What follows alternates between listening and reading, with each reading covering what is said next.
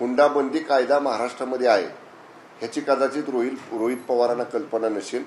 हुंडाबंदी कायद्याची प्रत वाटलं तर आपण त्यांना पाठवून देऊ.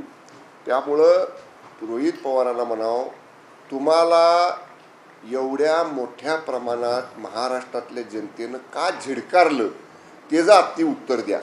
आमच्या घरात डोकावून बघू नका म्हणावं. तुमचं महाविकास आघाडी जी तुमची आहे ना, त्याच्यात उभाटाचा विरोधी पक्षनेता होणार, शरद पवार राष्ट्रवादीचा विरोधी पक्षनेता होणार का काँग्रेसचा विरोधी पक्षनेता होणार हे आधी ठरवा. ते होतोय का बघा, तिथं थोडंसं लक्ष द्या. आमच्यात मुलगा पसंत आहे का, मुलगी पसंत आहे का, हुंड्यासाठी लग्न आडले असं काही म्हणावं तुम्ही इकडे लक्ष द्यायची गरज नाही. महाराष्ट्रातल्या जनतेनं लोकशाही मार्गानं महायुतीला महाराष्ट्रामध्ये स्वीकारलेला आहे, महाविकास आघाडीला झिडकारलेला आहे. त्यामुळं त्याला जे नैराश्य आलेलं आहे त्या नैराश्यपोटी, फ्रस्ट्रेशनपोटी रोहित पवार अशा पद्धतीचे केवळ आरोप करतात.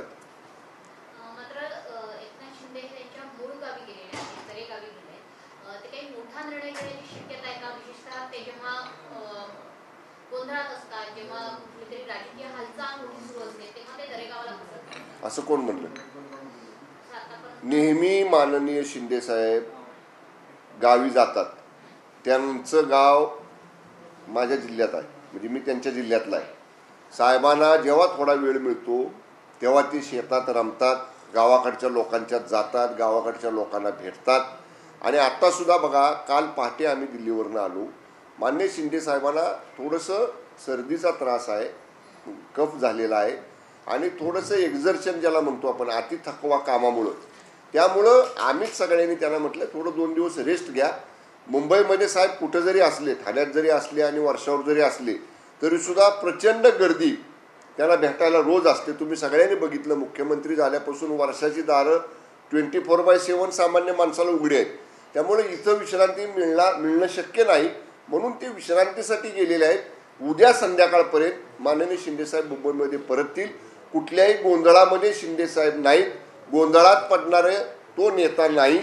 तो नेता जे काही त्यांच्या पोटात असतं तेच त्यांच्या ओटात येतं. त्यामुळं आत एक आणि बाहेर एक असं बोलणाऱ्या नेत्यांपैकी माननीय शिंदेसाहेब नाहीत. ते जे भूमिका घ्यायची ती उघड घेतात आणि त्यांनी ऑलरेडी भूमिका घेतलेली आहे की शिवसेना महायुतीबरोबर आहे आणि महायुती म्हणून एकत्र जो निर्णय होईल त्या निर्णयाबरोबर शिंदे साहेबांच्या नेतृत्वाखालची शिवसेना असेल. हे ऑलरेडी सीएम साहेबांनी, शिंदे साहेबांनी 2 दिवसापूर्वी स्पष्ट केलेलं आहे. देसाई साहेब, याच आपल्या विश्रांतीच्या सल्ल्याचे काही राजकीय अर्थ देखील काढले जात आहेत की गृहमंत्री पदासाठी ते नाराज आहेत की ते मिळत नाहीये. त्याचबरोबर ज्या पद्धतीने आपण पाहिलं तर मागच्या वेळी उपमुख्यमंत्रीपद ज्यांच्याकडे होतं त्यांच्याकडे गृहमंत्रीपद देखील होतं. मग जर आमच्याकडे उपमुख्यमंत्रीपद आलं तर गृहमंत्रीपद का नको, हा देखील प्रश्न या ठिकाणी उपस्थित होत आहेत. अनेक महत्वाची खाती ही बीजेपीकडनं मागितली जात आहेत. त्याचबरोबर येणाऱ्या पालिका निवडणुका आहेत, त्या डोळ्यासमोर ठेवून काही तडजोड केली जात आहे का, अशा देखील चर्चा रंगलेल्या आहेत. आता सर्वप्रथम म्हणाल तर तुमच्या या मताशी मी सहमत आहे. आत्ताचं जे सरकार होतं त्या मागच्या सरकारमध्ये माननीय शिंदेसाहेब मुख्यमंत्री होते आणि फडणवीस साहेब उपमुख्यमंत्री होते. फडणवीस साहेब उपमुख्यमंत्री असताना त्यांच्याकडे गृह विभाग होता. त्यामुळं तेच सूत्र लागू करावं हे साहजिक सगळ्यांचं म्हणणं असणं रास्त आहे. पण याच्या बाबतीतला अंतिम निर्णय मी मगाशी म्हटलं तसं शिंदेसाहेब, फडणवीस साहेब, मान्य अजितदादा हे तिघजणं बसतील, चर्चा करतील आणि आमचे महायुतीचे दिल्लीतले जे वरिष्ठ नेते आहेत, मान्य अमित शाह साहेब, मान्य JP नड्डा साहेब यांच्याबरोबर सल्लामसलत करून त्याच्यावरही मार्ग निघेल. आमच्या महायुतीमध्ये मंत्रिपदाच्या संख्येवरनं, मंत्रिपदाच्या खातेवाटपावरनं कुठंही रस्सीखेच नाही, कुठंही चढाओढ नाही. शिवसेना म्हणाल तर शिवसेनेचे 57 आमदार आणि पाठिंबा देणारे 4 आमदार, आमच्या 63 आमदारांनी एक ओळीचा ठराव पहिल्या दिवशी केलेला आहे की आमच्या सगळ्यांचे निर्णय घेण्याचे अधिकार माननीय मुख्य नेते एकनाथजी शिंदे साहेबांना आहे. त्यामुळे शिवसेनेचा निर्णय शिंदेसाहेब घेतील, भारतीय जनता पक्षाचा निर्णय त्यांचे वरिष्ठ नेते घेतील, राष्ट्रवादी काँग्रेसचा निर्णय माझे अजितदादा पवार साहेब आणि त्यांचे नेते घेतील. त्यामुळे आमच्यात कुठेही रस्सीखेच चढावर बिलकुल नाही. आपण पाहिलं तर मुख्यमंत्री देवेंद्र फडणवीस होतील हे स्पष्ट झालेले आहे. मात्र 2 नंबरच्या खुर्चीसाठी हा वाद सुरू आहे, लढाई सुरू आहे. एकंदरीत अजितदादांनी अर्थ खातं घेतलेलं आहे. तर आमच्याकडे ग्रह खातं त्याचं उत्तर आता दिलं ना मी, तुमच्या अगोदरच त्या प्रश्नाचं उत्तर दिलं. आणि हे बघा साहेब, खाते वाटपाची चर्चा, मंत्रिपदाच्या संख्येची चर्चा चॅनेलवर करायची नसते साहेब. याच्यासाठी पक्षांतर्गत प्लॅटफॉर्म आहेत, पक्षांतर्गत पक्षाची काही सिस्टीम आहे, काही रचना आहे, त्या नेत्यांच्या स्तरावरती ह्या चर्चा करायच्या असतात. त्यामुळे या सगळ्या चर्चा योग्य स्तरावरती सुरू आहेत, खेळीमेळीच्या वातावरणात सुरू आहेत. रसिकेत चढाओढ बिलकुल नाही. आता एकदा आम्हाला माहिती मिळते की सोमवारी भारतीय जनता पक्षाच्या नवनिर्वाचित विधिमंडळ सदस्यांची बैठक त्यांचा नेता निवडीसाठी आहे. एकदा त्यांचा नेता निवडून झाला की सरकार बनण्याची प्रक्रियाला अजून गती मिळेल. सोमवारी तुम्ही दिल्लीत गेलेला होतात एकनाथ शिंदेसोबत. अमित शहांची ज्या ठिकाणी बैठक झाली त्या बैठकीचा एक फोटो खूप मोठ्या प्रमाणात व्हायरल झाला, तो प्रसिद्धी माध्यमांनाही दिला गेला. त्याची चर्चा झाली की त्यामध्ये एकनाथ शिंदे यांच्या चेहऱ्यावर कुठेही हास्य नव्हतं. एकनाथ शिंदे यांचा चेहरा पडलेला होता, बाकी सगळे हास्यवदनाने हास्यमुद्रेने त्या ठिकाणी उपस्थित होते.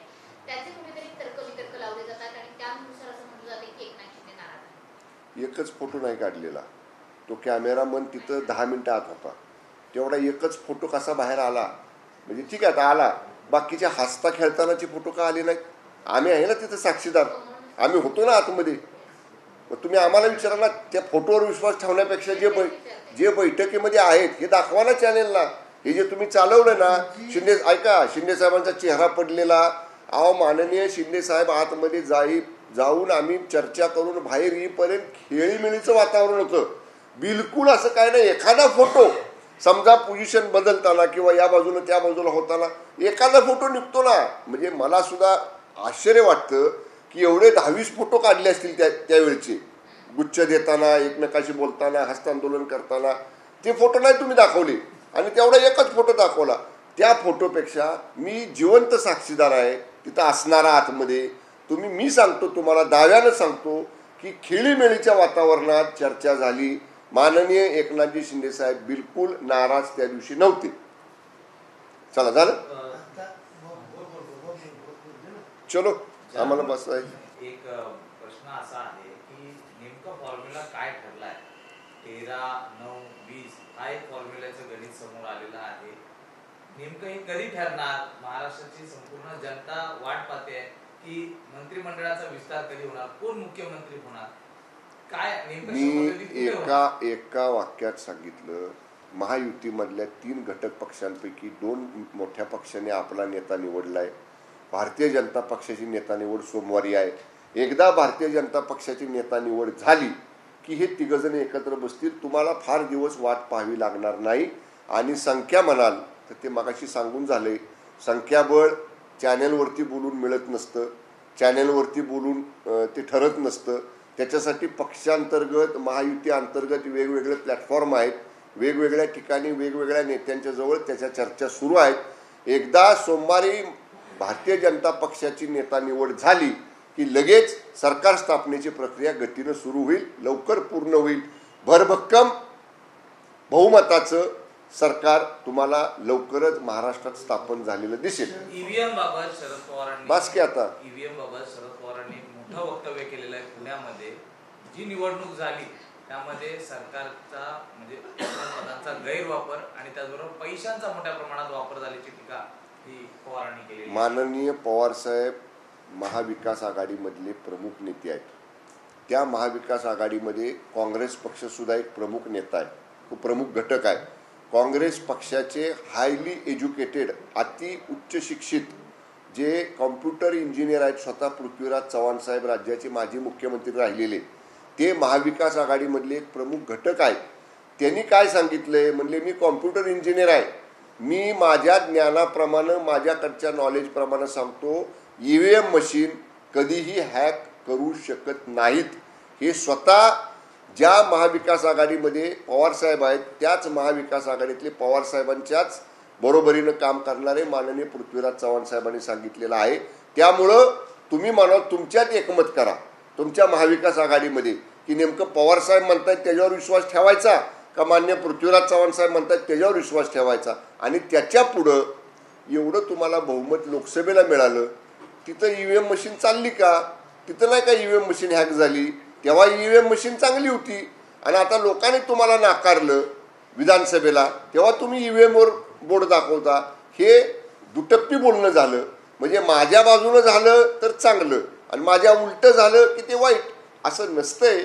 आणि जर सुद्धा त्यांना कुठं शंका असेल तर द्या ना म्हणून निवडणूक आयोगाकडे तक्रार. निवडणूक आयोग प्राथमिकदृष्ट्या चौकशी करेल, पडताळणी करेल. निवडणूक आयोगाचे जे अधिकार आहेत त्याप्रमाणे त्यांची ते कार्यवाही पुढची करतील. आतापर्यंत 22 पराभूत उमेदवारांनी EVM-वर संशय व्यक्त करून निवडणूक आयोगाकडे तक्रार केलेली आहे. यामध्ये प्रामुख्याने काँग्रेस राष्ट्रवादीचे नेते तर आहेतच आणि इतर पक्षाचे नेते देखील आहेत. मात्र भाजपचे राम शिंदे यांनी देखील EVM-वर संशय व्यक्त केलेला आहे. नाही, हे बघा, तिथलं मार्जिन बघितलं, राम शिंदे साहेबांच्या मतदारसंघातलं फरक जर बघितला, निवडून आलेल्या उमेदवारांच्यातला आणि पराभूत उमेदवारांच्यातला, तो अत्यल्प आहे. आणि त्यामुळं तिथं शंका घ्यायला वाव आहे. म्हणून साठी त्यांनी कदाचित तशा पद्धतीची मागणी केली असेल. पण तरीसुद्धा तिथले निवडणूक निर्णय अधिकारी, तिथले जिल्हाधिकारी ज्यांच्याकडे निवडणुकीचा पूर्ण अधिकार आहे, ते याच्या बाबतीत चौकशी करतील. त्यांना तथ्य वाटलं तर करतील, नाही तथ्य वाटलं तर नाहीत करणार. धन्यवाद.